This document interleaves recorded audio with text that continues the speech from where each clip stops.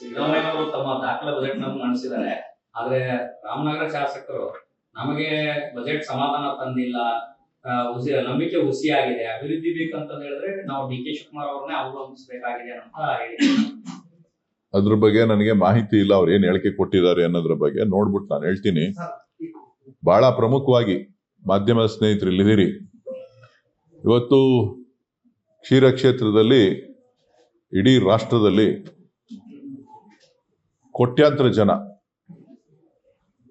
ಹಾಲನ್ನ ನಂಬಿಕೊಂಡು ಜೀವನ ಮಾಡ್ತಾ ಇದ್ದಾರೆ. ಇವತ್ತು ಮಾರುಕಟ್ಟೆನಲ್ಲಿ ಒಂದು ದಿಗ್ಭ್ರಮೆ ಏನಪ್ಪಾ ಅಂತ ಹೇಳಿದ್ರೆ, ಕೆಲವು ಫ್ಲಿಪ್ಕಾರ್ಟ್ ಅಂತಕ್ಕಂಥ ಒಂದು ಸಂಸ್ಥೆ ₹1 1 ಲೀಟರ್ ಹಾಲು ಕೊಡ್ತಕ್ಕಂಥ ರೈತ ಸಮುದಾಯವನ್ನ ಧ್ವಂಸ ಮಾಡ್ತಕ್ಕಂಥ ಒಂದು ಕೃತ್ಯಕ್ಕೆ ಕೈ ಹಾಕಿದೆ. ₹1 1 ಲೀಟರ್ ಹಾಲು ಹಣ ಮಾಡೋ ಬರದಲ್ಲಿ ರೈತರ ಕುಲಕ್ಕೆ ಬೆಂಕಿ ಇಡುವಂತ ಕೆಲಸವನ್ನ ಮಾಡ್ತಾ ಇದ್ದಾರೆ ಕೇಂದ್ರ ಸರ್ಕಾರ ಮತ್ತು ರಾಜ್ಯ ಸರ್ಕಾರ. ಇದ್ರ ಬಗ್ಗೆ ಗಮನ ಹರಿಸಿ ತಕ್ಷಣ ಇದಕ್ಕೆ ಕಡಿವಾಣ ಹಾಕಲಿಲ್ಲ ಅಂತ ಅಂದ್ರೆ ಇಡೀ ರಾಷ್ಟ್ರದಾದ್ಯಂತ ಫ್ಲಿಪ್ಕಾರ್ಟ್ ಸಂಸ್ಥೆಯ ವಿರುದ್ಧ ದಂಗೆ ಏಳಬೇಕಾದಂತ ಅನಿವಾರ್ಯ ಪರಿಸ್ಥಿತಿ ಬರ್ತದೆ ಅಂತಕ್ಕಂಥದ್ದನ್ನ ಈ ಸಂದರ್ಭದಲ್ಲಿ ನಾನು ಹೇಳಲಿಕ್ಕೆ ಬಯಸ್ತೇನೆ. ನಾನು ಇವತ್ತು ಮಾನ್ಯ ಪ್ರಧಾನಮಂತ್ರಿಗಳಿಗೂ ಕೂಡ ಇದ್ರ ಬಗ್ಗೆ ಮೇಲನ್ನ ಕಳಿಸ್ತಾ ಇದ್ದೇನೆ. ತಕ್ಷಣ ಈಗಾಗಲೇ ವ್ಯಾಪಕವಾದಂತ ಪ್ರಚಾರವನ್ನ ಮಾಡಿ ಪ್ರಚಾರಕ್ಕೋಸ್ಕರ ಸುಮಾರು 2,000 ಕೋಟಿ ರೂಪಾಯಿ ಹಣವನ್ನ ವೆಚ್ಚ ಮಾಡ್ತಾ ಇದ್ದಾರೆ. ಇಡೀ ದೇಶದಾದ್ಯಂತ ಆನ್ಲೈನ್ ಪ್ಲಾಟ್ಫಾರ್ಮ್ ನಲ್ಲಿ ಕೇವಲ ₹1 ಹಾಲು ಕೊಡ್ತಕ್ಕಂಥದ್ದು.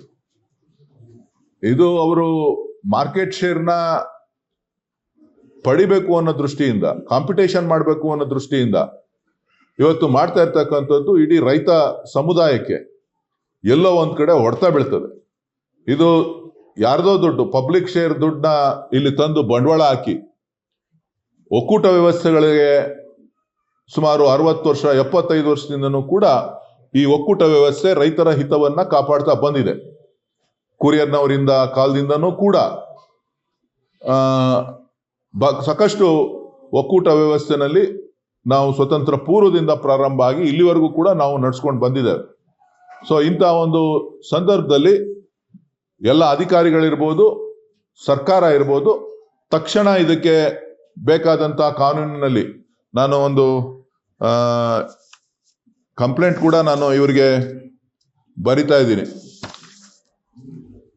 ನಮ್ಮ competition commission of India new Delhi ಅವ್ರಿಗೂ ಕೂಡ ಅಂಡರ್ ಸೆಕ್ಷನ್ 19(1) ಕೆಳಗಡೆ ನೀವು ಇದನ್ನ ಕ್ರಮ ತಗೋಬೇಕು ಅಂತ ಹೇಳಿ ನಾನು ಅವ್ರಿಗೂ ಕೂಡ ದೂರನ್ನ ದಾಖಲಿಸ್ತಾ ಇದ್ದೇನೆ. ಸೊ ನಾನು ಮಾಧ್ಯಮದ ಸ್ನೇಹಿತರಲ್ಲಿ ಹೇಳ್ತಕ್ಕಂಥದ್ದು, ರೈತರ ಹಿತಕ್ಕೋಸ್ಕರ ಈ MNC ಕಂಪನಿಗಳು ಎಲ್ಲೋ ಒಂದ್ ಕಡೆ ರೈತರ ಹಿತವನ್ನ ಹಾಳು ಮಾಡುವಂತ ಕೆಲಸ ಇವತ್ತು ಗ್ರಾಹಕರಾಗೆ ನಾವೇನೋ ಒಳ್ಳೇದು ಮಾಡ್ತಾ ಇದೀವಿ ಅಂತ ಹೇಳಿ ಎಷ್ಟು ದಿನ ಕೊಡ್ತಾರೆ? 1 ತಿಂಗಳು ಕೊಡ್ತಾರ, 1 ವರ್ಷ ಕೊಡ್ತಾರ, 5 ವರ್ಷ ಕೊಡ್ತಾರ? ಅವ್ರ ಅಡ್ವರ್ಟೈಸ್ಮೆಂಟ್ಗಳಲ್ಲಿ ಹೇಳ್ಬೇಕು. ಸೋಷಿಯಲ್ ಮೀಡಿಯಾದಲ್ಲಿ ಇಲ್ಲ ಸಲ್ಲದ ರೀತಿಯಲ್ಲಿ ಅವರು ಹಣ ಕೊಟ್ಟು ಪ್ರಚಾರವನ್ನ ಮಾಡ್ತಾ ಇವತ್ತು ರೈತ ಸಂಕುಲಕ್ಕೆ ಬೆಂಕಿ ಇಡ್ತಕ್ಕಂತ ಒಂದು ಕೆಲಸವನ್ನ ಮಾಡ್ತಾ ಇದ್ದಾರೆ. ಇದು ತಪ್ಪು. ಇದನ್ನ ಸರಿಪಡಿಸ್ಬೇಕು, ಅವರು ಕೂಡ ಸರಿಪಡಿಸ್ಕೋಬೇಕು ಅಂತಕ್ಕಂಥದ್ದನ್ನ ಈ ಸಂದರ್ಭದಲ್ಲಿ ಹೇಳಿಕ್ ಬಯಸ್ತೇನೆ.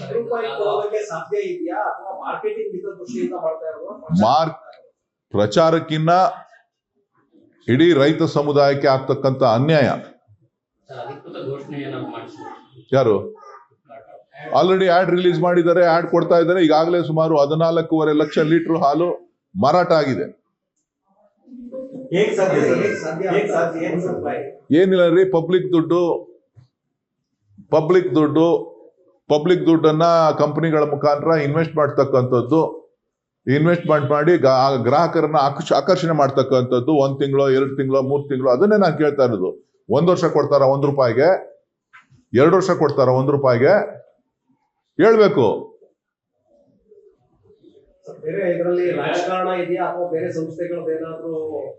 ಅದ್ರ ಬಗ್ಗೆ ನಾನು ಮಾಹಿತಿಯನ್ನ ಕಲೆಕ್ಟ್ ಮಾಡ್ತಾ ಇದ್ದೀನಿ. ನನಗೆ ನಿನ್ನೆ ರಾತ್ರಿ ನನ್ನ ಯಾವುದೋ 1-2 ಆಡ್ ನೋಡಿದೆ.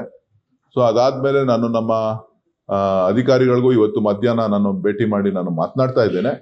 ಸೊ ಅದಕ್ಕೆ ಬೇಕಾದಂತ ಕಂಪ್ಲೇಂಟ್ಸ್ ದೂರುಗಳನ್ನು ಕೂಡ ನಾನು ದಾಖಲಿಸ್ತಾ ಇದ್ದೇನೆ. ಸೊ ನನ್ನ ಕಳಕಳಿ ಏನಪ್ಪಾ ಅಂತ ಹೇಳಿದ್ರೆ, ಕಾಂಪಿಟೇಷನ್ ಹೆಸರಲ್ಲಿ, ವ್ಯಾಪಾರದ ಹೆಸರಿನಲ್ಲಿ, ಬಿಸ್ನೆಸ್ ಹೆಸರಿನಲ್ಲಿ ಈ ರೀತಿಯಾಗಿ ರೈತ ಸಂಕುಲಕ್ಕೆ ಬೆಂಕಿ ಇಡ್ತಕ್ಕಂಥದ್ದು. ನಾವು ಹೊರಗಡೆಯವ್ರು ಯಾರೋ ಮಾಡ್ತಾರೆ ಅಂತಂದ್ರೆ ಇಂಟರ್ನಲ್ಲೇನೆ ನಮ್ಮ ದೇಶದಲ್ಲಿ ಇರ್ತಕ್ಕಂಥವ್ರೆ ಈ ರೀತಿಯ ಕ್ರಮಗಳನ್ನ ತೆಗೆದುಕೊಳ್ತಕ್ಕಂಥದ್ದು ಎಷ್ಟು ಸರಿ? ಈ ರೀತಿ ವ್ಯಾಪಾರನ, ಗಳಿಕೆಯನ್ನ, ಅವರ ಕಂಪನಿ ವ್ಯಾಲ್ಯೂಯೇಷನ್ ಅನ್ನ ಜಾಸ್ತಿ ಮಾಡಿಸ್ಕೊಳ್ಳೋಕ್ಕೋಸ್ಕರ ಈ ರೀತಿಯಾಗಿ ಮಾಡಿ ವ್ಯವಸ್ಥೆಯನ್ನ ಹಾಳು ಮಾಡ್ತಕ್ಕಂಥದ್ದು, ಒಕ್ಕೂಟದ ವ್ಯವಸ್ಥೆಯನ್ನ ಹಾಳು ಮಾಡ್ತಕ್ಕಂಥದ್ದು, ರೈತರನ್ನ ಹಾಳು ಮಾಡ್ತಕ್ಕಂಥದ್ದು, ಗ್ರಾಹಕರನ್ನ ಸೆಳಿಲಿಕ್ಕೋಸ್ಕರ ಬೇರೆ ಬೇರೆ ರೀತಿಯಾಗಿ ಮಾಡ್ತಕ್ಕಂಥದ್ದು. ನಾವು ರೈತರಿಗೆ 38 ರೂಪಾಯಿ, 39 ರೂಪಾಯಿ, 40 ರೂಪಾಯಿ ಈ ರೀತಿ ನಾವು ಹಣವನ್ನ ಪಾವತಿ ಮಾಡ್ತಾ ಇದ್ದೀವಿ. ಅವ್ರು 1 ರೂಪಾಯಿಗೆ ಇವ್ರು ಕೊಡ್ತೀವಿ ಅಂತ ಹೇಳಿದ್ರೆ ಹೇಗೆ ಸಾಧ್ಯ ಆಗ್ತದೆ?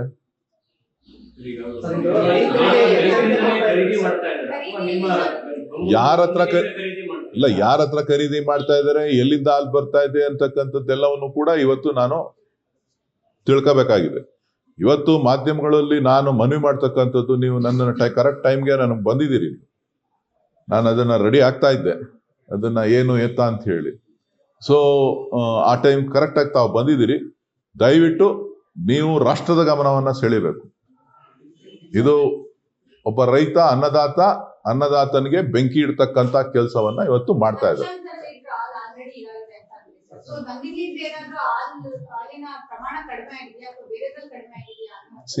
ಓವರ್ ಆಲ್ ಏನಾಗುತ್ತೆ ಅಂತ ಅಂದ್ರೆ, ಗ್ರಾಜುಯಲಿ ಮಾರ್ಕೆಟ್ ಅಲ್ಲಿ ನಂದಿನಿ ಒಂದೇ ಇಲ್ಲ, ಎಲ್ಲರೂ ಕೂಡ ಇರ್ತಾರೆ. ಇದು ಬೇಸಿಕಲಿ ಆನ್ಲೈನ್ ಪ್ಲಾಟ್ಫಾರ್ಮ್ಗಳಲ್ಲಿ ಸೇಲ್ ಮಾಡ್ತಾ ಇದ್ದಾರೆ. ಆನ್ಲೈನ್ ಪ್ಲಾಟ್ಫಾರ್ಮ್ ಅಲ್ಲಿ ಸೇಲ್ ಮಾಡಬೇಕಾದ್ರೆ ಆನ್ಲೈನ್ ಪ್ಲಾಟ್ಫಾರ್ಮ್ ಅಲ್ಲಿ ಎಷ್ಟೋಯ್ತು ಏನು ಅಂತ ಹೇಳ್ಬಿಟ್ಟು ನಮಗೆ ಗೊತ್ತಾಗುತ್ತೆ. ಗ್ರಾಜುಯಲ್ ಆಗಿ ನಮಗೆ ಒಂದೊಂದು ಸಂಸ್ಥೆಗಳಿಗೆ ನಮ್ಮ ಒಕ್ಕೂಟಕ್ಕೂ 40,000-50,000 ಕಡಿಮೆ ಆಗಿದೆ. ಸೊ ನಾವು ಎಷ್ಟು ದಿನದಿಂದ ಆಗಿದೆ ಏನು ಎತ್ತ ಅಂತ ಹೇಳಿ ಈಗ ಅಸೆಸ್ಮೆಂಟ್ ಮಾಡಬೇಕು. ಈಗ ನಾವು ಬೆಂಗಳೂರಲ್ಲಿ ನಾವು 4 ಒಕ್ಕೂಟಗಳು ಮಾರಾಟ ಮಾಡ್ತೀವಿ. ಇಲ್ಲಿ 1.5 ಲಕ್ಷ ಲೀಟರ್ ಕಡಿಮೆ ಆಗಿರ್ತದೆ. ಖಾಸಗಿಯವರು ಸುಮಾರು 30%, 40% ಅವರು ಮಾರಾಟ ಮಾಡ್ತಾ ಇದ್ದಾರೆ.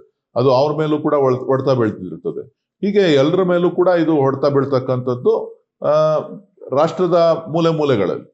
ಕರ್ನಾಟಕ ಒಂದೇ ಅಲ್ಲ, ಇಡೀ ರಾಷ್ಟ್ರದಲ್ಲಿ ಇದನ್ನ ವ್ಯಾಪಕವಾಗಿ ಪ್ರಚಾರ ಮಾಡಿ ಅವರು ಆರ್ಥಿಕವಾಗಿ ಬಲಿಷ್ಠರಾಗಿದ್ದೀವಿ ಅಂತ ಹೇಳಿ ಇವತ್ತು ಈ ರೀತಿಯ ಒಂದು ಆಡ್ಗಳ ಮುಖಂಡ ಕೊಟ್ಟು ಜನರನ್ನ ಸೆಳೆಯುವಂತ ಕೆಲಸವನ್ನ ಮಾಡ್ತಾ ಇದ್ದಾರೆ. ಇದರಿಂದ ವ್ಯವಸ್ಥೆ ಹಾಳಾಗ್ತದೆ. ರೈತರಿಗೆ ಎಚ್ಚರಿಕೆ ಕೊಡ್ತಾ ಇದ್ದೀರಾ ಅಥವಾ ಹೋರಾಟಕ್ಕೆ ಇಳಿರಿ ಅಂತ ಹೇಳ್ತಾ ಇದ್ದೀನಿ. ಎಚ್ಚರಿಕೆ ಅಲ್ಲ, ರೈತರಿಗೆ ಎಚ್ಚರಿಕೆ ಕೊಡಕ್ಕೆ ನಾನ್ಯಾರು? ರೈತರು ಹೋರಾಟವನ್ನ ಮಾಡಬೇಕು, ಸರ್ಕಾರ ಎಚ್ಚರಿಕೆ ಕ್ರಮವನ್ನ ತೆಗೆದುಕೊಳ್ಬೇಕು. ಇವ್ರು ಯಾರು ಮಾಡ್ತಾ ಇದ್ದಾರೆ ಅವ್ರಿಗೆ ಎಚ್ಚರಿಕೆ ಕೊಡ್ತಾ ಇದ್ದೀವಿ.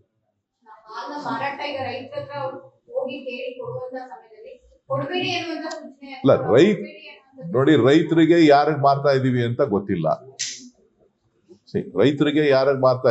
ಗೊತ್ತಿಲ್ಲ. ಅವರು ನಮ್ಮವ್ರ ಹತ್ರನೇ, ನಮ್ಮ ಸಂಸ್ಥೆಗಳಲ್ಲೇನೆ ಯಾರ ಹತ್ರನೋ 5,000 ಲೀಟರ್, 10,000 ಲೀಟರ್, 20,000 ಲೀಟರ್, ಯಾರ ಹತ್ರನೋ 1 ಲಕ್ಷ ಲೀಟರ್ ಟೈ ಅಪ್ ಮಾಡಿ ತಗೋಬಹುದು. ನಮ್ಗೆ ಎಲ್ಲಿ ತಗೋತಾ ಇದ್ದಾರೆ ಅಂತ ಗೊತ್ತಾಗೋದಿಲ್ಲ. ಎಲ್ಲೆಲ್ಲಿ ತಗೊಳ್ತಾ ಇದ್ದಾರೆ? ಬಲ್ಕ್ ಮಿಲ್ಕ್ ತಗೊಳ್ತಾ ಇದಾರ, ರಿಟೈಲ್ ಮಿಲ್ಕ್ ತಗೊಳ್ತಾ ಇದ್ದಾರ, ಪ್ರೊಡ್ಯೂಸರ್ಸ್ ಹತ್ರ ತಗೋತಾ ಇದ್ದಾರ, ಯಾರ ಹತ್ರ ತಗೋತಾ ಇದ್ದಾರೆ ಅಂತ ಗೊತ್ತಾಗದು. ಅಥವಾ ಅವ್ರೇನಾರ ಪೌಡರ್ ಮಿಕ್ಸ್ ಮಾಡಿ ಮಾರ್ತಾ ಇದ್ದಾರ, ಅದನ್ನು ಕೂಡ ಇವತ್ತು ನಾನು ಸ್ಯಾಂಪಲ್ ಅನ್ನ ತರಿಸ್ತಾ ಇದ್ದೀನಿ. ಸ್ಯಾಂಪಲ್ ಟೆಸ್ಟ್ ಮಾಡ್ಲಿಕ್ಕೆ ಈಗಾಗಲೇ ನಾನು ಅಧಿಕಾರಿಗಳಿಗೆ ಸೂಚನೆ ಕೊಟ್ಟಿದ್ದೇನೆ. ಮಿಲ್ಕ್ ನ ತಂದು ಸ್ಯಾಂಪಲ್ ಟೆಸ್ಟ್ ಮಾಡಿ ಕ್ವಾಲಿಟಿ ಬಗ್ಗೆ ಏನು ಎತ್ತ ಅಂತ ಹೇಳ್ಬಿಟ್ಟು. ಸೊ ಇದೆಲ್ಲವೂ ಕೂಡ ನಾವು ಗಮನ ಹರಿಸ್ಬೇಕಾಗ್ತದೆ. ಸೊ ಹಾಗಾಗಿ ಇವತ್ತು ವ್ಯವಸ್ಥೆ ಹಾಳಾಗೋದ್ಮೇಲೆ ಅದನ್ನ ಮತ್ತೆ ಹಿಡಿತಕ್ಕೆ ತರ್ತಕ್ಕಂಥದ್ದು, ಮತ್ತೆ ರೈತರನ್ನ ಸರಿಯಾದ ರೀತಿಗೆ ತರ್ತಕ್ಕಂಥದ್ದು ಸಂಸ್ಥೆಗಳಿಗೆ ಕಷ್ಟ ಆಗ್ತದೆ. ಒಕ್ಕೂಟ, ಎಸ್ಪೆಷಲಿ ಕೋಆಪರೇಟಿವ್ ಇನ್ಸ್ಟಿಟ್ಯೂಷನ್ಸ್ಗೆ ಬಹಳ ಕಷ್ಟ ಆಗ್ತದೆ. ಒಂದ್ಸಾರಿ ನಾವು ಮುಗ್ಗರಿಸಿದ್ರೆ ಅದರ ಪರಿಣಾಮ ಯಾರ ಮೇಲೆ ಬೀಳ್ತದೆ? ನೇರವಾಗಿ ರೈತರ ಮೇಲೆ ಬೀಳ್ತದೆ. ಆ ದೃಷ್ಟಿಯಿಂದ ನಾನು ಈ ವಿಚಾರವನ್ನ ತಮ್ಮ ಮುಂದೆ ಇಡ್ತಾ ಇದ್ದೀನಿ. ಪ್ರಧಾನಿ ಅವ್ರಿಗೂ ಬರೀತಾ ಇದ್ದೀನಿ ಮೇಲು, ಸಾಯಂಕಾಲದೊಳಗಡೆ ನಿಮ್ಗೆ ಕಾಪಿ ಕಳಿಸ್ಕೊಡ್ತೀನಿ. ಯಾವ್ದನ್ನ ಮಾಡ್ತಾರೆ? ಫ್ಲಿಪ್ಕಾರ್ಟ್ ಸಂಸ್ಥೆಯವರು ಆಡ್ ಮಾಡ್ತಾ ಇದ್ದಾರೆ. ಆಡ್ದು ಬೇಕಾದ್ರೆ ಡೀಟೇಲ್ ಇದೆ, ತರಿಸ್ತೀನಿ, ಸಾಯಂಕಾಲದೊಳಗಡೆ ನಿಮ್ಗೆ ಕಳಿಸ್ತೀನಿ. ನಂದಿನಿ ಅಲ್ಲ ರೀ, ನಂದಿನಿ ಅಲ್ಲ, ಅವ್ರೇನೋ ಬ್ರ್ಯಾಂಡ್ ಮಾಡಿದ್ದಾರೆ, ಅವ್ರು ಮಾರ್ಕೆಟಿಂಗ್ ಮಾಡೋ ಮಾರ್ಕೆಟಿಂಗ್ ಪ್ರಯತ್ನದಲ್ಲಿ ಆಗದೆ ಇರೋದನ್ನ ಮಾಡ್ತೀವಿ ಅಂತ ಹೇಳಿ ಅವ್ರ ಆಸ್ತಿ ಮೇಲೆ ಬಂಡವಾಳ ತೆಗೆದ್ಬಿಟ್ಟು ಮಾಡಿದ್ರೆ ಪರವಾಗಿಲ್ಲ. ಪಬ್ಲಿಕ್ ದುಡ್ಡನ್ನ ಎತ್ಬಿಟ್ಟು, ಪಬ್ಲಿಕ್ ಶೇರ್ಸ್ ದುಡ್ಡನ್ನ ಎತ್ಬಿಟ್ಟು ಇವರು ವ್ಯಾಲ್ಯೂಯೇಷನ್ ಮಾಡ್ಬಿಟ್ಟು ಆ ದುಡ್ಡಿನಲ್ಲಿ ಮುಳುಗಿ ಆ ಕೊನೆಗೆ ಎದುರು ಕೈ ಎತ್ತಿ ಇದನ್ನು ಕೈ ಎತ್ತಿ ಹೋಗ್ತಕ್ಕಂಥದ್ದು. ಸೇಮ್ ಅದು ರೈತರ ಮೇಲೆ ಆಗ್ಲಿ ಸಾಮಾನ್ಯ ಜನರ ಮೇಲೆ ಏನು ಆಗ್ತಾ ಇರಲಿಲ್ಲ. ಅದು ಮ್ಯಾನುಫ್ಯಾಕ್ಚರಿಂಗ್ ಪ್ರಾಡಕ್ಟ್ಸ್.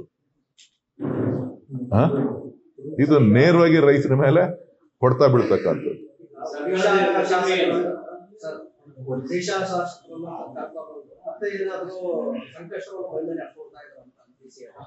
ಗೊತ್ತಿಲ್ಲಪ್ಪ ನನಗೆ. ಲೇಟೆಸ್ಟ್ ಹಾಗೂ ಇಂಟ್ರೆಸ್ಟಿಂಗ್ ಸುದ್ದಿಗಳಿಗಾಗಿ ಬಾಸ್ ಟಿವಿ ಕನ್ನಡ ಚಾನೆಲ್ನ ಸಬ್ಸ್ಕ್ರೈಬ್ ಮಾಡಿ. ಹಾಗೆಯೇ ಬೆಲ್ ಐಕಾನ್ ಪ್ರೆಸ್ ಮಾಡಿ. ಇದರ ಜೊತೆಗೆ ಫೇಸ್ಬುಕ್, ಇನ್ಸ್ಟಾಗ್ರಾಮ್, ಎಕ್ಸ್ನಲ್ಲೂ ಮಿಸ್ ಮಾಡದೆ ಫಾಲೋ ಮಾಡಿ.